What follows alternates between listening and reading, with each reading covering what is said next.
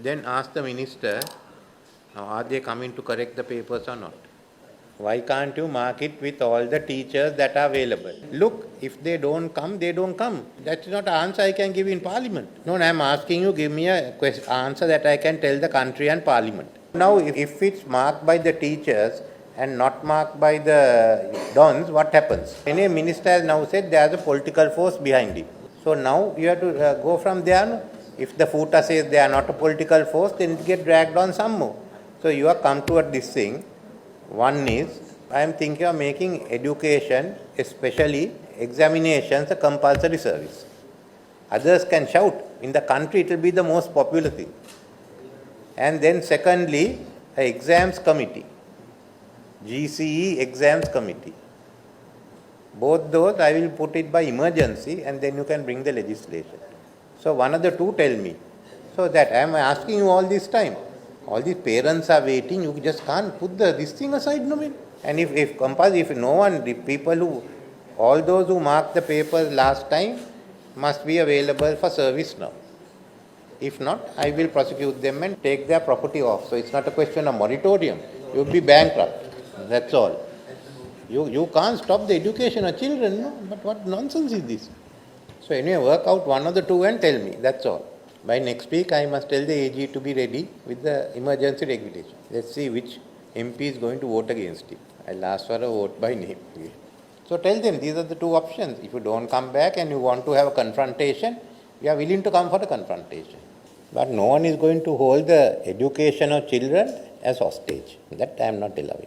That can't be allowed. Look, that labour law will come late and forget the labour law. Don't worry about those. I want to start the exams and the schools. So don't talk to me about the labour law, that will come later. You all must come up to a solution end of this week. If you don't have one, I will take it up in cabinet and then we will decide what to do. Speak to the minister, then we'll have a meeting this week and decide. But now the minister has also made a statement. We can't go back on it and we can only go forward. Now how many schools have internet? A-level and O-level schools. 4,600. Then with this, it will be 5,600. That is only 50%. Then there are how many more A-level schools without internet? So we must ensure all the A-level schools have internet, whether it comes from the TRC budget or our budget or anything. And then we'll look at the O-level schools. But at least all the A-level schools in the next 2 years must be on the internet. Foreign scholarships for A-level qualified students. Then I want to have something more for people who pass out from Sri Lankan universities annually. At least one scholarship, doctorate, every year we have to give. At Oxford, one at Cambridge, one at MIT, one at Harvard. Later on we can increase. But we have to find the money. Annually they go. Harvard. You all have to select the numbers from the Sri Lankan universities, not only state ones, but even SLIIT and others who grant their own degrees. We send them. It's mainly going to be on at least 3 of them.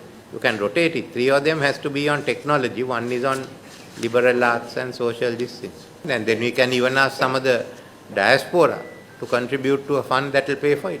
We have to have a plan, both public and private universities. How quickly can you get? You have to have 10,000 graduates going out of them for engineering technology and 5,000 we must take for medicine. But I want a plan for that. Look, you have 350, I was counting or more, government-run technical and vocational training institutes. So why don't we look at it and bring them all under, one is to merge, I don't know, in my view, merge VTA and NITA together. Then bring all their things plus the youth council ones and others all under that. And work it, we must see what is the additional money we need for training next year. But we will have the buildings. No? If you do 2 sessions a day, it's a question of more equipment.